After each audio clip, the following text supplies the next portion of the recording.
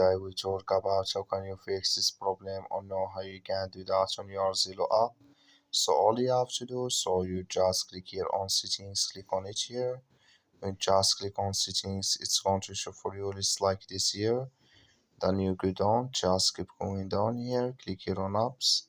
Come to apps list here, and there you're looking for Zello app, or just click on search. Then here add Zello app, it's going to show for you here like this, click on it. So then it's going to take you to this list, click here on for stop, click on OK. Then you go down, just click on storage. Come to storage list, you just click here on clear cache. Then all you have to do now, so you just go to your Play Store, click here on Play Store here, and here you search here for Zello app. Zello app it's going to show for you like this. You will find here if this, click on it, then it's going to work with you. That's all you have to do. Thank you for watching. Don't forget to support us by liking, subscribe.